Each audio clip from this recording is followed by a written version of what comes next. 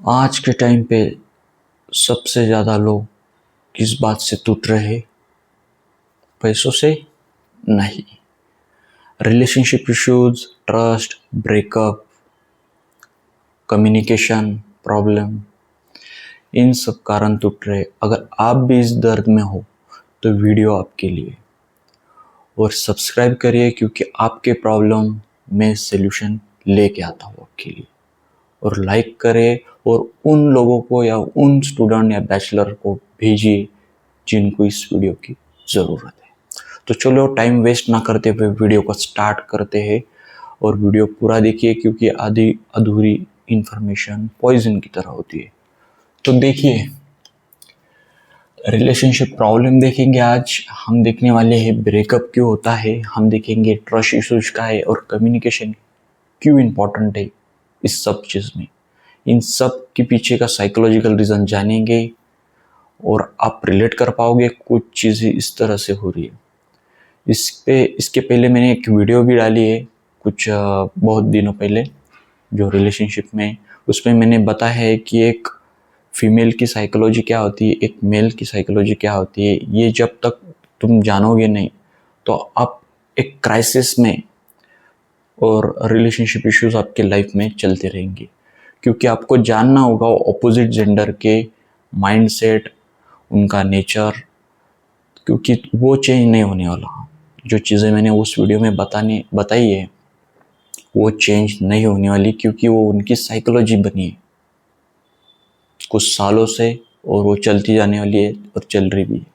तो आपको वो जानना होगा तो वीडियो मैं आपको डिस्क्रिप्शन में डाल दूंगा लिंक, वहाँ से आप देख सकते हो या तो फिर मेरे चैनल पर जाके देख सकते हो। तो चलिए वीडियो को स्टार्ट करते हैं। आज के वीडियो में हम जो देखने वाले हैं वो ब्रेकअप और ट्रस्ट के और इश्यूज और कम्युनिकेशन के बारे में है। उसके पहले हम देखेंगे एक रियल स्टोरी। ऐसे तो बहुत कुछ रियल स्टोरी है मगर एक रियल स्टोरी मैं आपको बता देता हूँ। मान लो एक वाई नाम का एक लड़का है, ठीक है। एक वाई यानी एक लड़का, एक से एक गर्ल है, ठीक है। तो अगर वाई वाले इस पर्सन ने बोल दिया कि मैं ब्रेकअप करना चाहता हूँ, बहुत दिनों से रिलेशनशिप में मगर ब्रेकअप करना चाहता हूँ, तभी जो लड़की होती है एक्स वाली, वो भी उसके दिमाग में बार बार इतने थॉट चलेंगे, इतनी ओवर थिंकिंग बढ़ जाती है कि मेरा क्या होगा, अब मैं जी नहीं पाऊंगी या ये वो सब चीज़ें। एक सेकंड एक मिनट माइंड नहीं रुकता और उसके अलावा कुछ भी नहीं दिखता दिमाग में, चाहे पॉजिटिव चीज़ें चाहे नेगेटिव चीज़ें, फ्यूचर की पास्ट की सब चीज़ें एक साथ दिमाग में मूवी तरह घूमती, विजुअल ऑडिटरी सब चीज़ें दिमाग में आने लगती है। तो ये सच में इतना ज़रूरी है? सबसे पहले तो एक्सेप्टेंस यही नहीं होता कि जो भी रिलेशनशिप होता है वो दो लोगों में होता है, चाहे कोई भी पकड़ लो, चाहे हस्बैंड वाइफ हो, चाहे दोस्त का हो, चाहे और कोई हो। तो आपको पहले ही एक्सेप्ट करना ज़रूरी है कि ये चीज़ कभी ना कभी, क्योंकि वो आपसे अलग है, आपसे अलग एक पर्सन आपके जीवन में आता है तो उसका सब चीज़ें अलग रहने वाली, नेचर अलग रहने वाला है। तो ये एक्सेप्ट करके चलना है कि आज है या कल नहीं रहेगी, चाहे मैरिज के पहले मैरिज के बाद ऐसा हो सकता है। मगर हम ये कभी एक्सेप्ट नहीं करते। हमें कोई चीज़ चाहिए तो चाहिए, हमारी फैमिली का बैकग्राउंड या बचपन से हम लाडले होते, हमें और हर चीज़ हमारे माताजी पिताजी दे देते, परिवार वाले फैमिली मम्मी पापा दे देते। तो हमको भी एक प्रोग्रामिंग या कुछ ऐसी हैबिट हो जाती है कि जो मैं मांगता हूँ मुझे मिल जाता है। उसी तरह से कुछ बैचलर स्टूडेंट ये भी एक्सेप्ट उम्मीद करते हैं कि ये चीज़ मेरे को पसंद है तो मुझे चाहिए, और इस चीज़ को कुछ और चीज़ समझ बैठते हैं या लव कुछ और चीज़ें। मगर ये उनके डोपामिन हार्मोन्स के कारण होता है, उनको कुछ टाइम के लिए प्लेजर मिलता है या फैमिली के प्रोग्रामिंग के कारण वो ऐसे बन चुके हैं जो उनको चीज़ें देते गए, इनको मिलती गई। मगर जो बाहर वाले कोई पर्सन है तो वो एक इंसान है, उसको भी इमोशंस है, उसकी भी कुछ फ्यूचर का प्लान है, मगर ये कुछ भी नहीं जानते हम। फिर अलग होते हैं तो कभी एग्रेसिव होते हैं, लड़के हो तो लड़कियां बहुत इमोशंस हो जाती है, ट्रॉमा होते हैं, उससे बाहर नहीं आते, ट्रस्ट इश्यूज आते हैं, ये सब चीज़ें आगे देखने वाले हैं।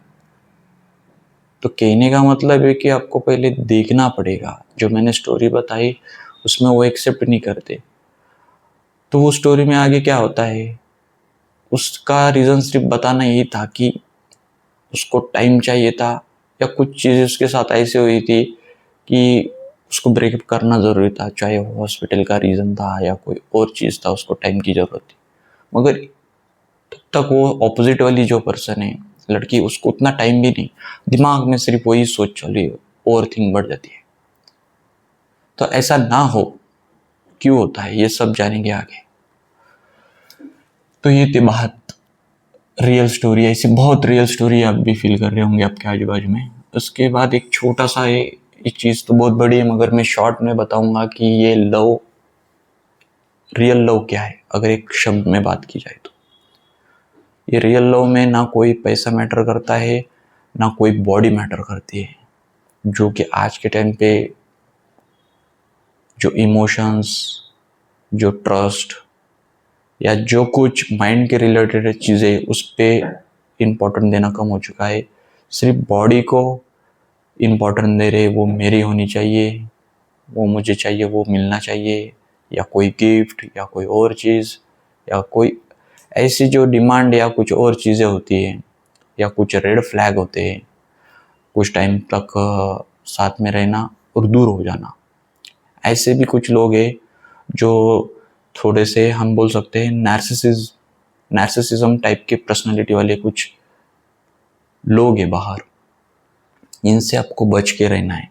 ये बहुत खतरनाक लोग होते हैं, क्योंकि इनके साथ जो आ जाते हैं तो उनकी लाइफ भी खराब कर देते हैं, चाहे वो उनकी वाइफ हो सकती है, चाहे कोई दोस्त हो सकता है।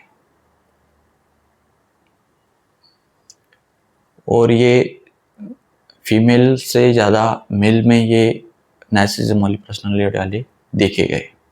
वो भी कभी कभार उस पर एक वीडियो लाएंगे हम। मेरे हिसाब से एक वीडियो मैंने शॉर्ट में उसमें लाई है, यूट्यूब के इस पे मेरे चैनल पे अवेलेबल है, आप देख सकते हो चेक करके।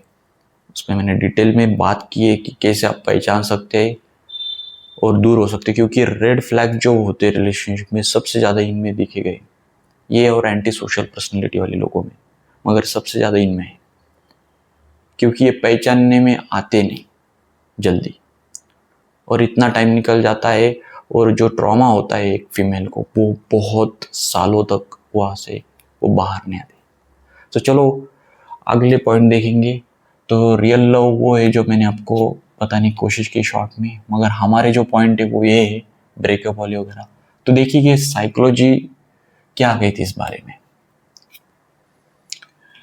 पहला है ब्रेकअप।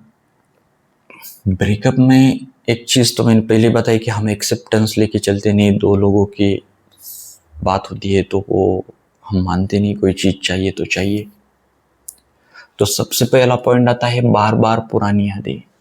इसमें ये चीज़ बहुत आती है, इसलिए हम इसके लिए NLP एक टेक्निक है, वो प्रॉपर लेनी पड़ती है, यूज़ करते हैं कि ये यादें आपको याद ना आने के लिए, यानी कि आपको वो चीज़ याद आ सकती है, मगर जो इमोशंस है जिसमें वो ऑडिटरी या कोई विजुअल चीज़ें होती है, क्योंकि यही सेंस यही रहता है ना, 5 सेंस में से 2-3 सेंस ऐसे है कि जिससे आप कनेक्ट रहते हो कोई भी यादों के लिए। वो या तो विजुअल होती है, या तो ऑडिटरी होती है, या तो वो कोई टच होता है जिस कारण आपने उनको याद रखा है अभी तक। तो वो बार बार यादें आती है, उनको हम बहुत कम कर सकते हैं NLP टेक्निक यूज़ करके। तो उसको प्रॉपर एक चीज़ होती है, अगर आप घर पे करना चाहते हो तो आप इस पे मेडिटेशन वगैरह चीज़ कर सकते हो, या उस चीज़ों को लिख सकते हो जो भी तुम्हारे दिमाग में है, क्योंकि लिखने से वो चीज़ आपके दिमाग से बाहर चली जाती है, मगर इसको भी टाइम लगता है, प्रैक्टिस करना ज़रूरी होता है। अगला है सोशल मीडिया स्टॉक करना। ये सोशल मीडिया का एक बहुत प्रॉब्लम है कि इसमें इंस्टा से या कुछ फेसबुक या और कुछ व्हाट्सएप से रियल मानने लगते हैं हम हर चीज़ को। आज के टाइम पे तो ऐसी भी चीज़ है कि सामने वाला लड़का है या लड़की या कोई एआई है या कोई रोबोट है, ये भी मालूम होने के लिए ऐसे कुछ केसेस आपने कभी पढ़े होंगे अखबार में कि उनको कुछ महीने साल लग गए कि अरे वो सामने कोई था ही नहीं, कोई रोबोट था या कोई एआई सॉफ्टवेयर था। तो हम इस तरह से इमोशंस और बिलीव कर लेते हैं जो इरेशनल और लॉजिक में कोई भी चीज़ आपके पास नहीं होती। तो ये इससे संभाल के रहना है। और इसमें एक सबसे बड़ी चीज़ जो प्रॉब्लम देती है वो है चैटिंग। चैटिंग में हमें इमोशंस समझ में नहीं आते और बहुत बार मिसअंडरस्टैंडिंग होने की सबसे बड़ी चीज़ है चैटिंग, जिस पे हमें सामने वाले के रीज़न प्रॉब्लम वो कहा है कुछ मालूम नहीं होता और हम सोशल मीडिया के साथ जुड़े रहते हैं। तो फिर इसको रीज़न होता है टाइम नहीं है, बोल नहीं सकते, बात करने में बहुत टाइम जाता है तो चैटिंग कर लेंगे, चाहे आपकी रीज़न कुछ भी हो। मगर ये बहुत लोगों में हुआ है, इस कारण चैटिंग भी इस तरह से बातें ना करे, या तो कॉल पे करे या सामने करे। तो एक बहुत ज़रूरी बात है। अगला है होप छोड़ ना पाना। हम छोड़ ही नहीं पाते, हमें उम्मीद होती है कि ये कर नहीं सकता, मेरे साथ तो हो ही नहीं सकता, ये मुझे धोखा नहीं दे सकता। हमारे दिमाग में ऐसे ऐसे बिलीफ बना लेते हैं कि ये मुमकिन ही नहीं, ये नामुमकिन है। उनको इनका इतना बड़ा ट्रॉमा बन जाता है जब वो छोड़ के चले जाते हैं, चाहे बात लड़की की हो या लड़के की हो। तो ये बहुत बड़ा प्रॉब्लम यहाँ पे होता है। इन सब के लिए मैं आगे आपको बताऊंगा क्या करना जरूरी होगा। अगला है ट्रस्ट इश्यूज। कहीं फिर से धोखा ना मिल जाए। ये क्यों होता है? ब्रेकअप के कारण होता है। ब्रेकअप के कारण क्या होता है, आपके दिमाग में एक ट्रॉमा बैठ जाता है जो आपके एक्सपीरियंस बने होते हैं, उस पर आप काम नहीं करते, उसको आप लिख कर छोड़ नहीं पाते, या काउंसलर से बात नहीं करते, प्रोफेशनल काउंसलर के साथ, क्योंकि इससे आप बाहर आ सकते हो कि आपको। इसमें सबसे बड़ी जो रीज़न आता है, इसमें हम आरईवीटी नाम की एक टेक्निक यूज़ करते हैं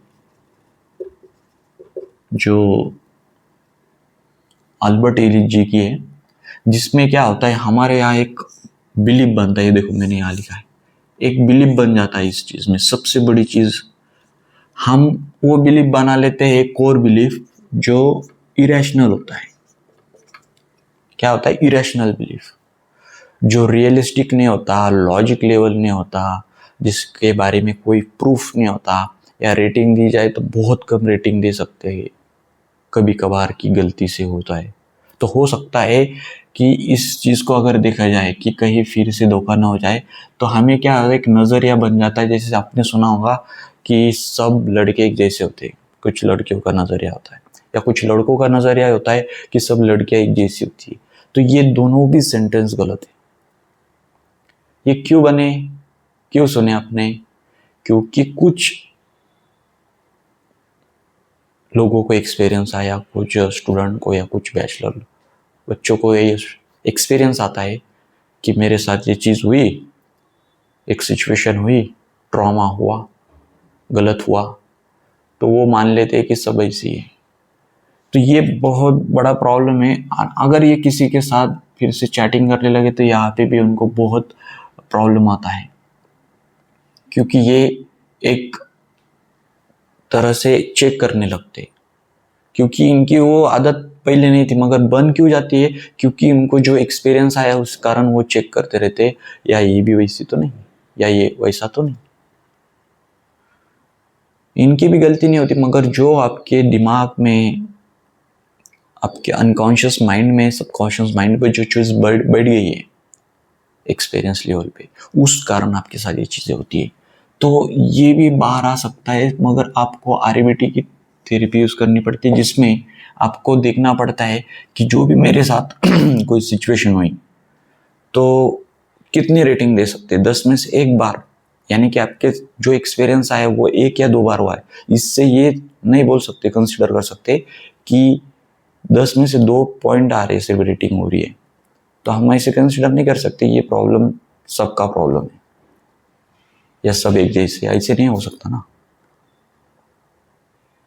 इसको हम ब्लैक एंड व्हाइट थिंकिंग भी करते हैं, जो कॉग्निटिव डिस्टॉर्शन बोल सकते हैं, जिसमें आता है ये, यानी कि या तो कोई भी चीज़ अच्छी है या तो कोई भी बुरी है, ऐसा नहीं होता, दोनों को चीज़ को लेके चलना पड़ता है, यही सही तरीका है।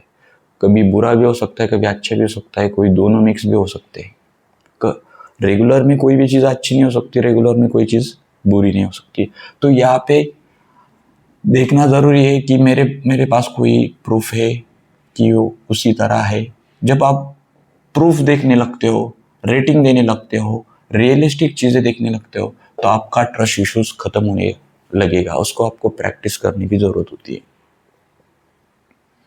जैसे मैं आपको शॉर्ट में बता देता हूँ, मान लो एक सिचुएशन आपके साथ किसी ने धोखा दिया, ठीक है, ये आपका एक सिचुएशन हुई, ये ए में ले लेते, एक बी है जिसमें आपका कोर बिलीफ बन गया है कि सब लड़के एक जैसे।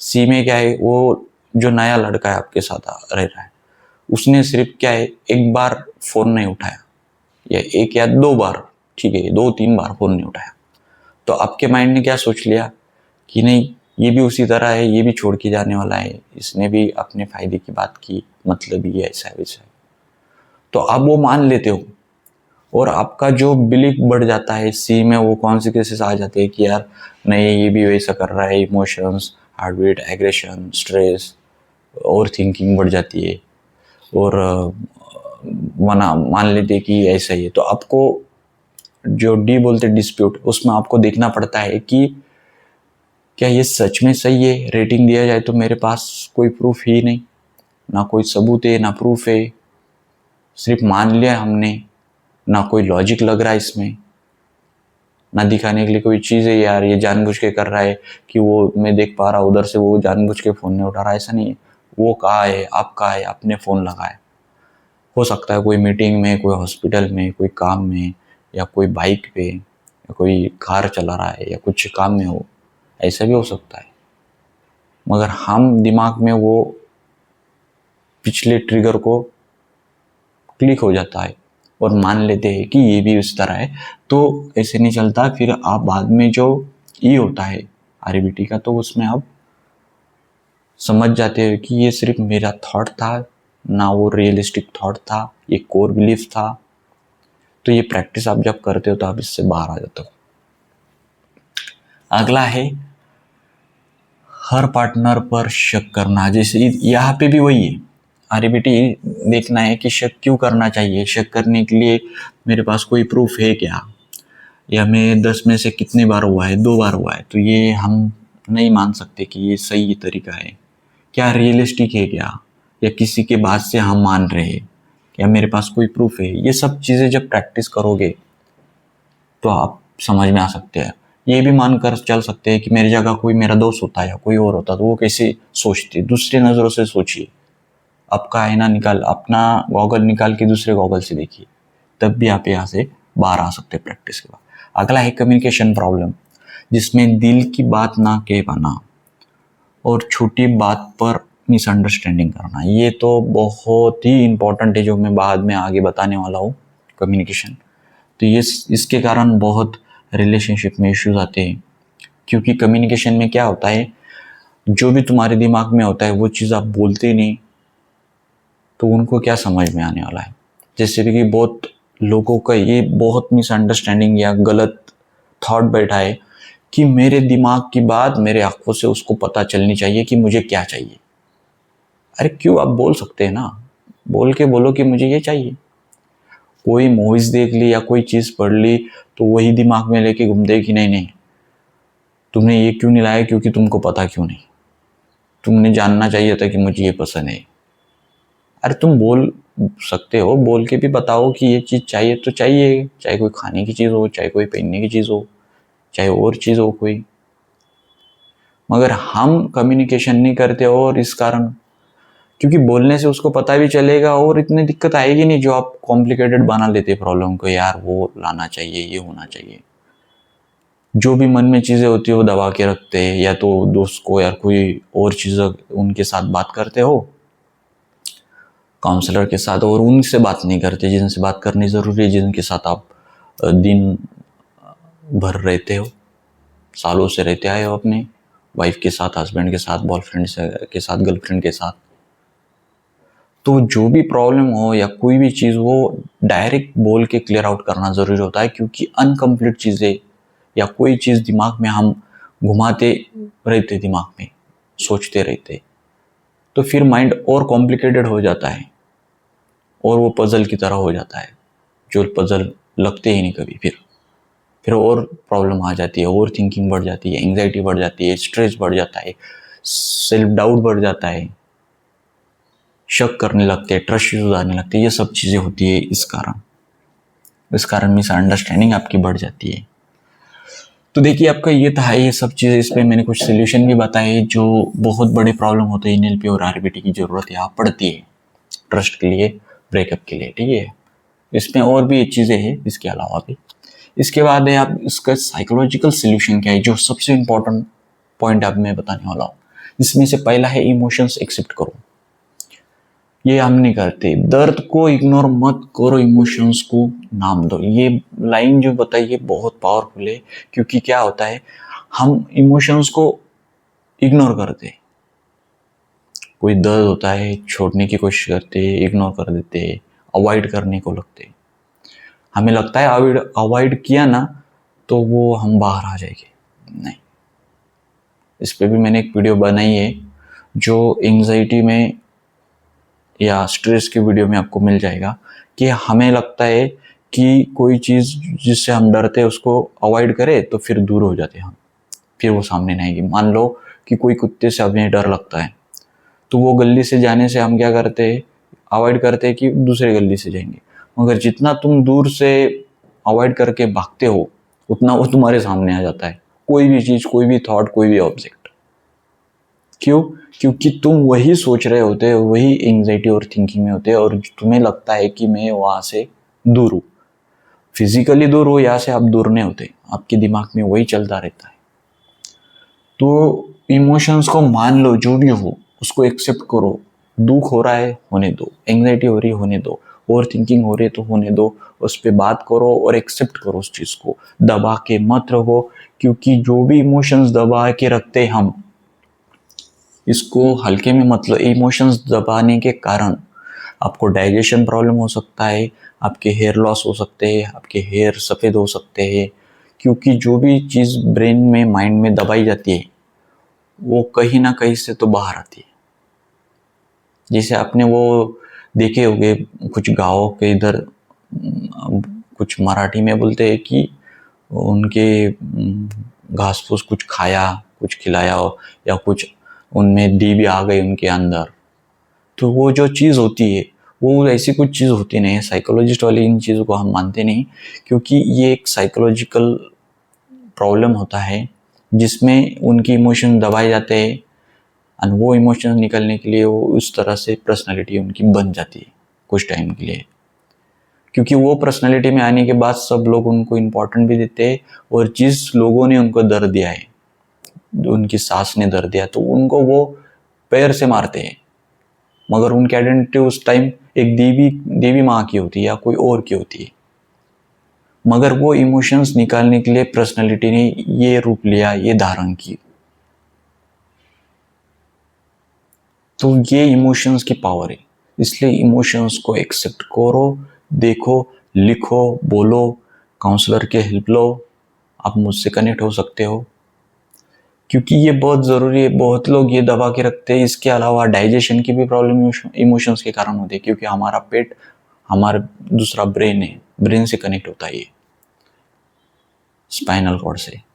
तो ये आपको करना ज़रूरी है, ठीक है। इसके अलावा भी बहुत साइड इफेक्ट होते हैं इमोशंस को दबा के रखने के, नाम ना देने के।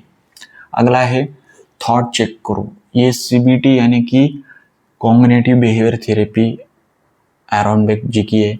इसमें भी हम, ये बहुत पॉपुलर थेरेपी है पूरे वर्ल्ड में। CBT बहुत रिजल्ट इसके अच्छे देखे गए अब तक। देखो, अगर दिमाग बोल रहा है कि मेरी लाइफ ख़त्म हो गई, तो खुद से पूछो, क्या ये फैक्ट है या सिर्फ इमोशंस। देखिए फिर लॉजिक की बात आ गई। देखो ये सेंटेंस में है ना, आप देखेंगे जब दिमाग बोल रहा है कि मेरी लाइफ खत्म हो गई, तो आपको फैक्ट देखना है। जब आप फैक्ट देखने जाते हो तो उसमें कोई फैक्ट होता ही नहीं, ये सिर्फ एक इमोशंस होता है। और इसी कारण आप प्रॉब्लम में आ जाते हो। जो भी ट्रस्ट इश्यूज होते हैं, ब्रेकअप के प्रॉब्लम होते हैं, ये सब जो चीज़ें मैंने इधर बताई, इसका रीज़न भी यही है कि हम फैक्ट नहीं देते। हम सिर्फ मानते हैं वो चीज़ मेरी है तो मेरी है। अरे वो आपके इमोशंस के साथ खिलवाड़ भी कर सकता है, मगर आपने आंखें बंद करके बिलीव कर लिया जो होगा देखा जाएगा, ऐसा नहीं चलता। इसीलिए इतने प्रॉब्लम आ जाएंगे आप, तो कभी कभी आपको सुसाइड करने का भी मन होगा। क्योंकि हुए ऐसे केसेस बहुत होते हैं जो आपका स्वभाव और इमोशंस देखकर आपके फायदे उठाने के लिए बहुत लोग ऐसे बाहर पड़े हैं। तो ये जानना बहुत ज़रूरी है, और स्पेशल फीमेल को, लड़की को जानना बहुत ज़रूरी है कि उनके इमोशंस उनके कंट्रोल में है या नहीं है। उनकी बाउंड्री बनाइए, इमोशंस को देखिए कि जो हम कर रहे हैं उसमें कोई फैक्ट है। किसी और की मदद लीजिए, काउंसलर की मदद लीजिए या कोई दोस्त की मदद लीजिए, मगर देखना ज़रूरी है। सीबीटी एक बहुत बड़ी है जो ये वीडियो में नहीं बता सकता मैं, इसको स्पेशल वीडियो लाना पड़ेगा। मगर मैं सीपीटी का आपको पर्पस बता देता हूँ। जो भी आपको आपके साथ ब्रेकअप या कोई प्रॉब्लम होता है रिलेशनशिप में, तो इसकी एक छोटी सी टेक्निक मैं आपको शेयर करता हूँ, जिसको मैं 3C कहता हूँ। देखो यहाँ पे लिखा है मैंने 3C यानी क्या। पहला C होता है कैच करो, फिर चेक करो, फिर चेंज करो। इस पे भी मैंने एक वीडियो लाई है 3C पे, जो रिलेशनशिप या कोई एंग्जाइटी और थिंकिंग में आपको हेल्प कर सकती है। वो भी आप चैनल पे जाके देख सकते हो। आपको मैं यहाँ पे बता देता हूँ 3C किस तरह काम करती है। मान लो कि अगर दिमाग बोल रहा है कि मेरी लाइफ खत्म हो गई है क्योंकि उस लड़के के कारण, तो ये आपने कैच कर लिया, तो चेक करना क्या जरूरी रहेगा। दूसरा C कि सच में ये फैक्ट है, जैसे मैंने अभी कहा ये फैक्ट है या इमोशन से। फिर देखेंगे यार ये सिर्फ इमोशन से अभी रहेगा, कभी नहीं रहेगा, क्योंकि इमोशंस कभी इस तरह नहीं होते। इमोशंस इस तरह से साइकिलिंग तरह ऊपर नीचे होते रहते हैं। और फैक्ट, ये फैक्ट होता है। एक बार कोई चीज का फैक्ट है तो वो बदली नहीं जाती, वो लॉजिक लेवल पे सही मानी जाती है। तो वो देखना जरूरी होता है। जब आप ये चेक कर लेते हो तो आपको माइंड चेंज हो जाता है, यार ठीक है ये बात इतनी भी इम्पोर्टेंट नहीं है, या एक पर्सन के कारण मेरी लाइफ खत्म नहीं हो सकती। ये बहुत है कि यार वो जीवन से चला गया तो मेरी लाइफ अब कुछ काम की नहीं, या मेरे से कोई आगे चीज़ें होगी नहीं, चाहे लव, शादी, कोई और चीज़ें, जो भी आपका प्रॉब्लम होगा इस टाइप के बारे में, तो आपको फैक्ट और लॉजिक, रियलिस्टिक थॉट और प्रूफ और परसेंटेज या रेटिंग दे सकते हो ये कितनी बार हुआ। इसके अलावा दूसरे दोस्त के नज़रों से देखो, जो आपके पास पॉजिटिव वाले लोग होंगे वो क्या करते हैं अगर आपकी जगह पे होते, तब आपको एक परसेप्शन मिल जाता है देखने का अलग नज़र से। हम अलग नज़र से कभी देखते नहीं, हम अपने एक्सपीरियंस को ही सब कुछ मान लेते, सही मान लेते। तो ये बहुत ज़रूरी है। 3C आप यहाँ पे इस्तेमाल कर सकते हैं। इसके कारण आप के साथ ये प्रॉब्लम जो भी है, ट्रस्ट इश्यूज या ब्रेकअप के या कोई भी, उसमें आपको मदद होगी, क्योंकि यहाँ पे हम चैलेंज करते हैं उस चीज़ के लिए। अगला है कम्युनिकेशन इम्प्रूव करो। जिस मैंने पहले भी कहा इधर कम्युनिकेशन प्रॉब्लम,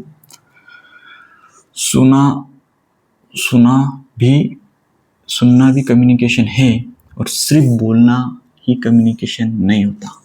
मान लो बहुत लोगों को लगता है कम्युनिकेशन जो दोनों में या किस ग्रुप में बात होती है, तो बोलने में अगर आप बहुत अच्छे हो तो आप कम्युनिकेशन में बहुत अच्छे हो, ऐसा नहीं है।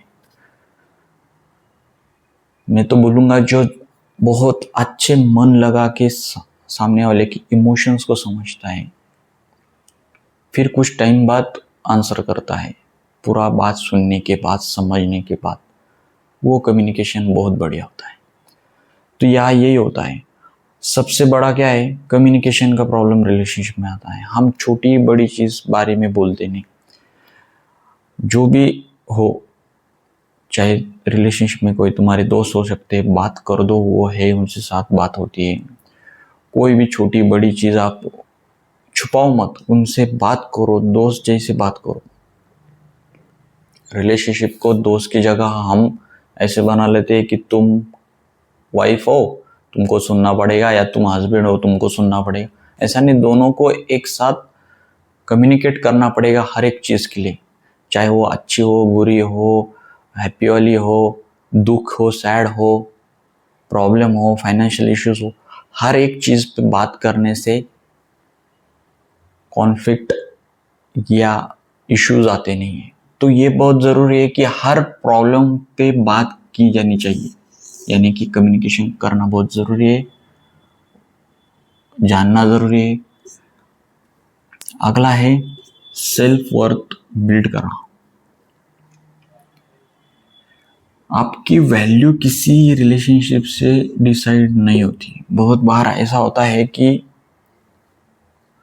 रिलेशनशिप में हम फैमिली और खुद की भी वैल्यू छोड़ देते हैं। टोटल वैल्यू सिर्फ हम उन पर्सन को दे रहे जो हमारे फैमिली के बाहर का है। उसके लिए कुछ भी, यानी कुछ भी करने को चले जाते हैं, और इसी कारण आपको धोखे मिलते हैं। क्योंकि ना आपके पास कोई स्टेटस होता है, ना आप कोई आपके पैर पे खड़े होते हैं, ना आपके पास बहुत सारा पैसा होता है, और होता भी है तो आप आपकी वैल्यू छोड़ देते, क्योंकि मेरी भी कोई वैल्यू है यार। अगर ऐसा आपके साथ होता है तो आपको 90% आपके साथ ब्रेकअप वाली चीज़ें होने वाली हैं, और ट्रस्ट इश्यूज भी, क्योंकि आपने आपके पूरे आंखें को पट्टी बांध दी है और सब कुछ मान लिया है, जिसमें ना फैक्ट देख रहे हो, ना रियलिस्टिक चीज़ें देख रहे हो, ना फ्यूचर का प्लान देख रहे हो, ना समझ पा रहे हो फाइनेंशियल इश्यूज या प्रॉब्लम, अच्छी चीज़ें, बुरी चीज़ें, फैक्ट की बातें कुछ भी नहीं देखी। सिर्फ कोई चीज़ एक पसंद आए तो अंधे हो गए। फिर ये सबसे बड़ी गलत चीज़ है। इस कारण आपकी वैल्यू भी जाती है और आपको बहुत प्रॉब्लम आ सकते हैं। तो वो देखना बहुत ज़रूरी होता है। इसलिए अपनी वैल्यू पहले रखो फैमिली की, फिर बाद में बाहर के पर्सन की। ज़रूरत हो तो फीस, हाँ, ज़रूरत हो तो फिर प्रोफेशनल हेल्प कर लो। ये 5वां पॉइंट जो है, ये आप घर पे नहीं कर सकते। ये कब का है, जब अगर आप 2-3 महीने से दर्द में हो, आपको लगता है कि ये सब चीज़ होने के बाद भी आपको अब सब चीज़ मालूम हो गई, प्रैक्टिकल बेस कर रहे हो, या आपका प्रॉब्लम पहले से बहुत बड़ा है जो आपको 2-3 महीने या 2-3 साल से आप एक्सपीरियंस कर रहे हो, breakup, trust issues, marriage problem, तो आपको प्रोफेशनल की ज़रूरत होती है। चाहे तो आप मुझसे कनेक्ट हो सकते हो लिंक से, या कोई आपके आजू बाजू में हो तो वहाँ से। मगर ज़रूरी नहीं कि आप मेरे से सेशन लो। आप सिर्फ ये भी प्रैक्टिस करते हो तो आप प्रॉब्लम से बाहर आ जाओगे, उसमें कोई दिक्कत नहीं। मगर अगर प्रॉब्लम आपका छोटा हो, बेसिक लेवल पे हो तो, मगर आप बहुत 2-3 महीने से फेस कर रहे हो, 6 महीने हो गए, 2 महीने हो गए, और आप उससे बाहर नहीं आ पा रहे हो, तो आपको फिर ज़रूरत है प्रोफेशनल काउंसलर, साइकोलॉजिस्ट की, लाइफ कोच की।